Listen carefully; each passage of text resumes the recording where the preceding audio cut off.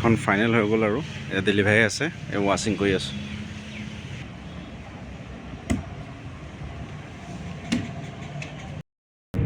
Finally বন্ধুসকল এইখনে আৰু মাইক্ৰা ছাৰ্ভিচিং কৰিলোঁ, এয়া দেখিলেই।